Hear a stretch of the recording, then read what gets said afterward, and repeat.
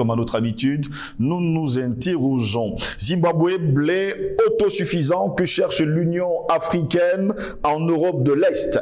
Zimbabwe, blé autosuffisant que cherche l'Union africaine en Europe de l'Est.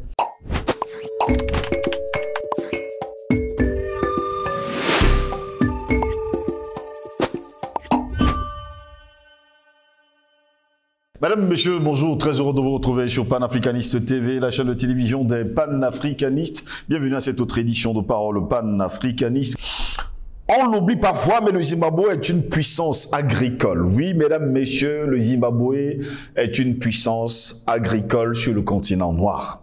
Le pays a enregistré en 2022 sa plus forte récolte de blé, 375 000 tonnes, ce qui le rend autosuffisant. Une performance unique en Afrique, dans le contexte actuel où les pays africains, nous dit-on, souffrent de l'absence ou de la cherté des blés russes et ukrainiens. Le Zimbabwe, mesdames, messieurs, se distingue par une politique volontariste et cela pourrait augmenter au cours de l'année 2023 puisque là-bas les autorités ont pris l'engagement qu'au cours de l'année 2023, eh bien, ces récoltes devront doubler. Cela veut dire qu'on quittera de 375 000 tonnes de blé à 750 000 tonnes. 300 millions de dollars, oui, c'est un chiffre. C'est ce qu'économisera cette année 2022 le Zimbabwe qui n'a plus besoin pour l'heure d'importer du blé pour subvenir à ses besoins. La récolte a progressé de 13% en 2022 par rapport à l'année précédente. Elle bat un record vieux d'un demi-siècle. Les surfaces enclavées, surtout emblavées également, ont augmenté de 10% et surtout l'État a mis en place, via un organisme public, le Grain Marketing Board, une politique de distribution d'engrais et d'achat de récoltes qui a séduit aujourd'hui les agriculteurs zimbabwéens. Reste que si le pays peut se targuer d'être un exemple unique sur le continent noir pour le blé, tout n'est pas toujours rose. Le Grain Market Board connaît les pires difficultés à payer aujourd'hui les paysans. Moins d'un quart de récoltes ont été achetées malgré les assurances du gouvernement et le déblocage de fonds d'urgence. Par ailleurs, la filière maïs, principale céréale consommée dans le pays, progresse elle aussi, mais reste insuffisante pour satisfaire les besoins nationaux. D'une façon générale, il faut le dire également, les rendements agricoles du Zimbabwe demeurent déjà inférieurs à la moyenne africaine selon certains experts. Mais en ce qui concerne le blé, tout va pour le mieux dans le meilleur des mondes. Une question cependant, mesdames, messieurs, que cherche donc l'Union africaine en Europe de l'Est, quand le Zimbabwe peut fournir le blé et partager son expérience et son savoir-faire? Les fonctionnaires au sein de cette organisation sont-ils maudits? Me demandait encore Mama Sani hier. Elle est du côté de Niamey au Niger. Comment comprendre que des pays africains peuvent apporter leur expertise pour avoir du blé en quantité industrielle sur le continent, mais qu'il y ait quand même des fous qui vont tendre la main à l'Europe alors que le blé se trouve à quelques pas. Voilà pourquoi nous nous interrogeons. Zimbabwe, blé autosuffisant, que cherche l'Union africaine en Europe de l'Est? Pour répondre à nos questions, nous sommes avec Albert Anatola ici. Il est journaliste d'investigation et surtout directeur de publication du journal Le Cactus, qui est d'ailleurs en kiosque depuis le début de ce mois de janvier 2023. Albert Anatola ici, bonjour, bienvenue à vous. Bonjour à vous, Steve Jules-Longos. Je dis bonjour à vos techniciens. Bonjour à vos millions de téléspectateurs et téléspectatrices. Je dis un bonjour spécial à ces afro-descendants qui nous suivent dans les diverses plateformes dédiées à Panafricaniste TV. Je pense à la Nouvelle-Calédonie, je pense à l'île de la Réunion, je pense à Mayotte, je pense à la Polynésie française. Ils sont nombreux qui le suivent, sans oublier, n'est-ce pas, la diaspora, la grande diaspora du côté des États-Unis qui est véritablement mobilisée et qui nous apporte très souvent sa contribution. Je pense à cette diaspora qui est également mobilisée dans toute l'Europe, notamment du côté de la Belgique, du côté de la Suisse, du côté du Royaume-Uni, du côté de l'Allemagne, entre autres. Il serait fastidieux de les citer parce qu'ils nous apportent des différentes contributions, je parle des contributions intellectuelles, même si nous avons besoin également de contributions financières pour faire fonctionner la dynamique, parce que dans toute lutte, il faut de l'argent. Comme je l'ai dit, Mon coup de gueule de ce matin, c'est relative à une information qui nous parvient du côté de l'Hexagone, notamment de la France, au lendemain justement de la sortie du film de Omar Sy, Omar Sy, je crois. Omar Sy, c'est son nom. Voilà, Omar Sy. Le réalisateur s'évade de pied. Voilà, dédié aux tirailleurs sénégalais. Il ne revient que les figurants africains qui ont joué dans ce film sont menacés d'expulsion par M. Gérald Darmanin sur instruction de Jupiter. Je voudrais ici et solennellement le dire sans verser dans la subversion indiquée que si Gérald Darmanin met à exécution, n'est-ce pas, son projet d'expulsion de ses compatriotes africains au motif qu'ils ont été des figurants dans un film qui retrace l'histoire de l'Afrique avec la France dans le contexte des deux guerres, eh bien, je pense qu'il est important d'inviter les compatriotes qui sont, je veux dire, les compatriotes de ces figurants africains, de se mobiliser, pas seulement pour expulser les ambassadeurs de France de ce côté-là, mais surtout pour détruire tout ce qui peut constituer les vestiges de la colonisation française de ce côté-là. Merci pour l'invitation. Très heureux de vous avoir, Albert Anatola, ici. Nous parlons justement du blé du côté du Zimbabwe, un pays autosuffisant pour cette année 2022. Eh bien, là-bas, la récolte a été très bonne. 375 000 tonnes de blé, rien que pour l'année 2022, en hausse de 11%. Et pendant ce temps, certains fonctionnaires de l'Union africaine, nous le savons, on va le dire comme ça, financés à 72% par l'Union européenne, se lèvent pour aller justement commander le blé en Europe de l'Est. Il faut le citer. Sont-ils devenus fous? Il faut le citer. Vous vous rappelez que dans le contexte de l'opération militaire spéciale qui se déroule actuellement du côté de l'Ukraine et engagée par la Russie, vous avez entendu un pelé qui sont allés se balader du côté de Moscou et du Kiev. Je vais citer comment il s'appelle? Mohamed Bazoum? Non, pas Mohamed Bazoum. C'est pas Mohamed Bazoum. Je vais citer Macky Sall et Moussa Faki Mahamat, qui est le président, respectivement, le président de la Commission de l'Union européenne, de l'Union africaine, pardon, le président de la Commission de l'Union africaine, et l'autre qui était le président, qui a suivi la présidence tournante, n'est-ce pas, de cette affaire-là. Dans le contexte, je crois que nous sommes entre le mois de mai ou le mois de juin, un truc comme ça. Ils sont allés se balader de ce côté-là au motif, et sur l'intuition de qui vous savez Jupiter, au motif que les Africains vont crever de faim parce que les Africains ont besoin, n'est-ce pas, du blé et des engrais à la fois russes, n'est-ce pas, et ukrainiens. Du grand n'importe quoi, monsieur Steve Gilangos. Je voudrais ici et solennellement rappeler que le continent africain, c'est 30 millions de kilomètres carrés de terre. Et sur les 30 millions de kilomètres carrés de terre, vous avez plus de 3 quarts, non, les 3 cinquièmes, plus de 3 cinquièmes du terrain, des terres qui sont arables. Ça veut dire que nous avons de l'espace pour cultiver. Mais qu'est-ce qui pose problème? Mais pourquoi est-ce que ça marche au Zimbabwe?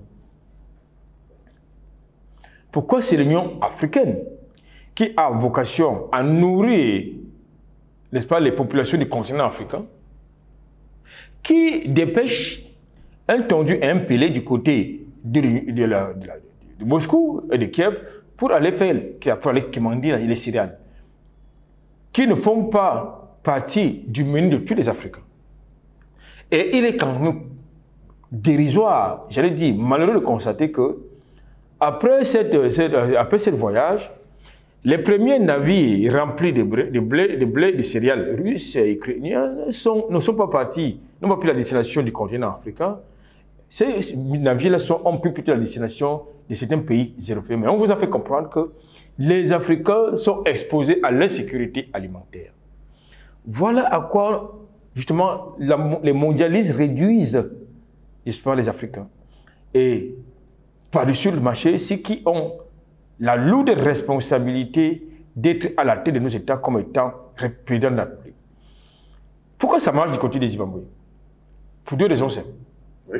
La première raison, c'est qu'il y a eu une vision de ce côté-là, ce qui n'est pas le cas du côté de l'espace francophone.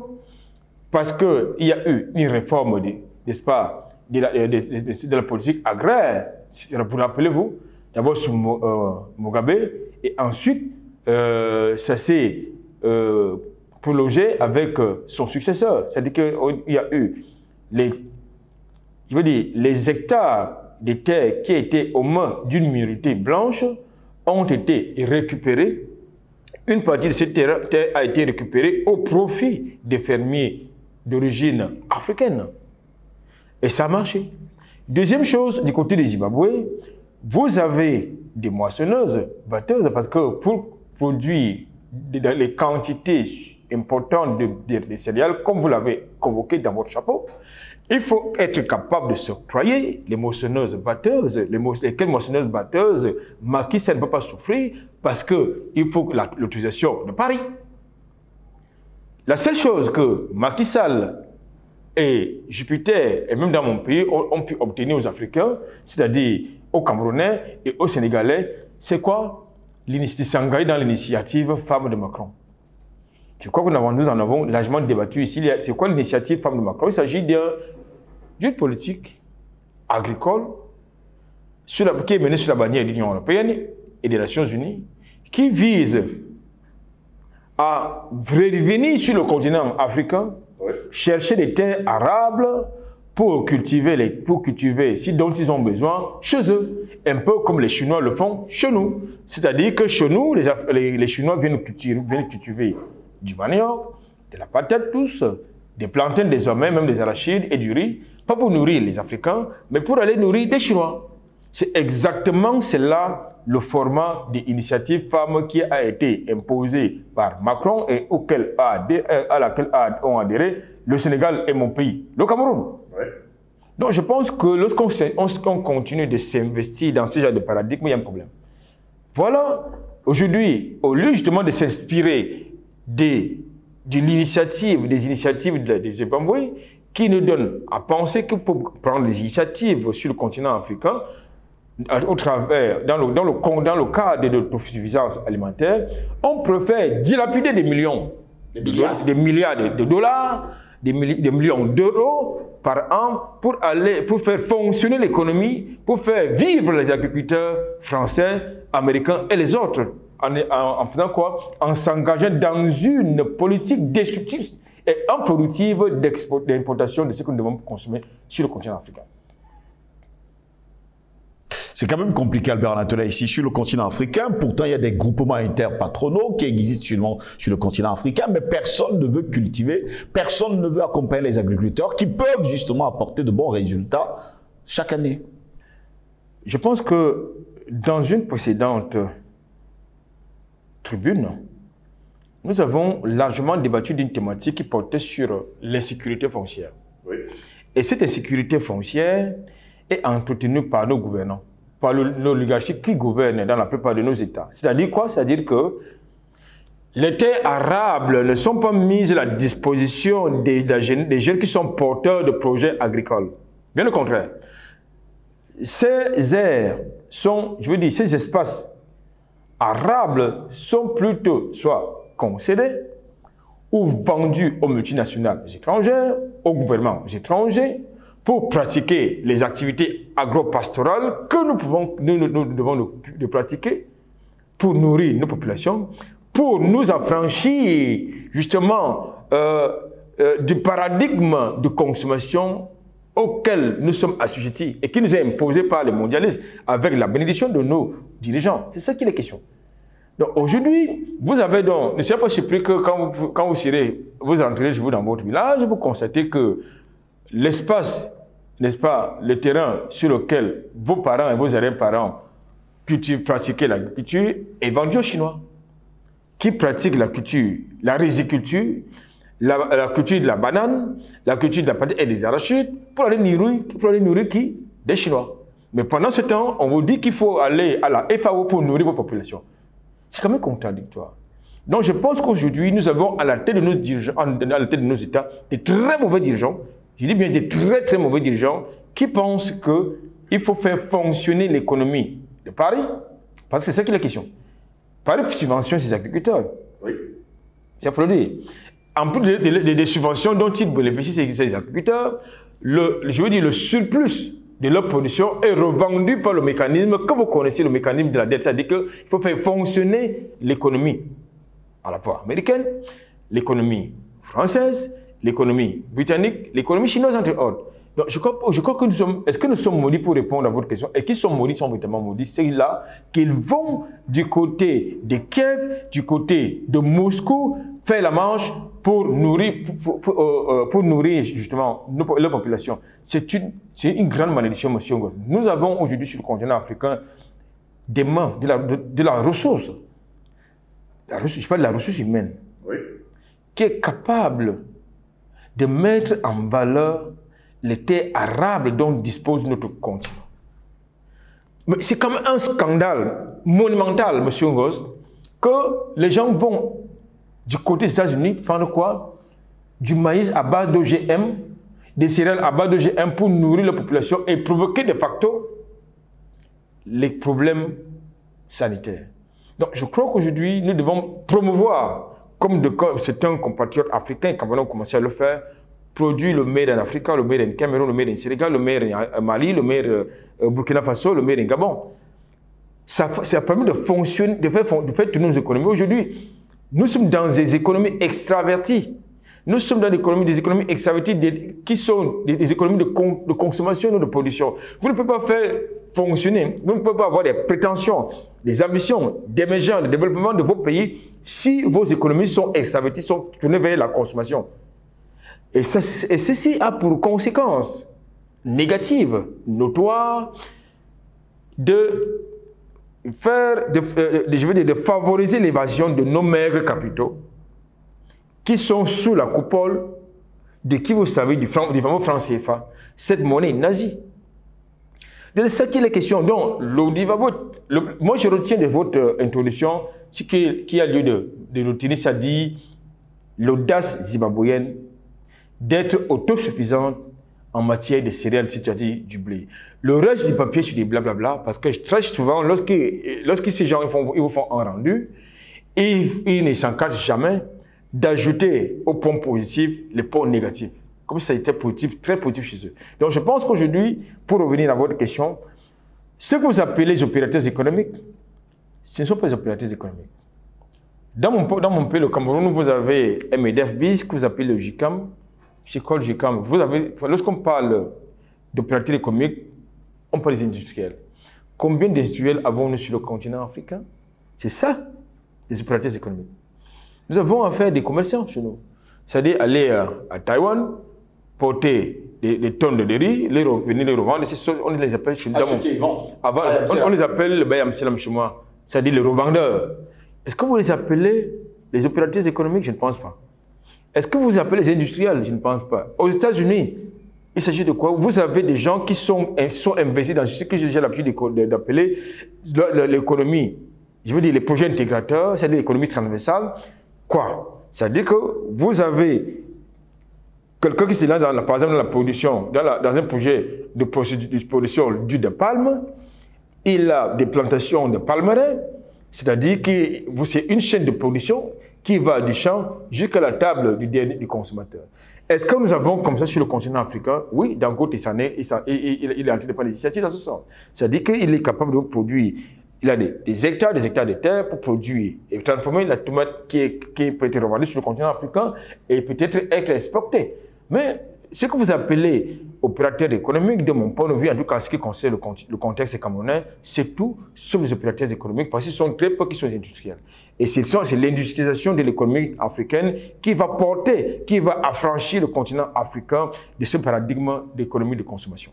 Le Zimbabwe a une expertise. Le Zimbabwe a démontré par plus beaucoup de l'année 2022 qu'elle pouvait faire mieux. Et d'ailleurs, elle a pris des initiatives qu'au cours de l'année 2023, eh bien, ce sera plus de 750 000 tonnes qu'elle va justement récolter. Pourquoi ne pas aller au Zimbabwe apprendre à cultiver le blé sur le continent africain pour que ce continent soit inondé justement de blé? Tout à l'heure, je vous ai convoqué un élément factuel dans le contexte de la guerre en Ukraine, notamment la mise en place par Macron de l'initiative FAB. Oui.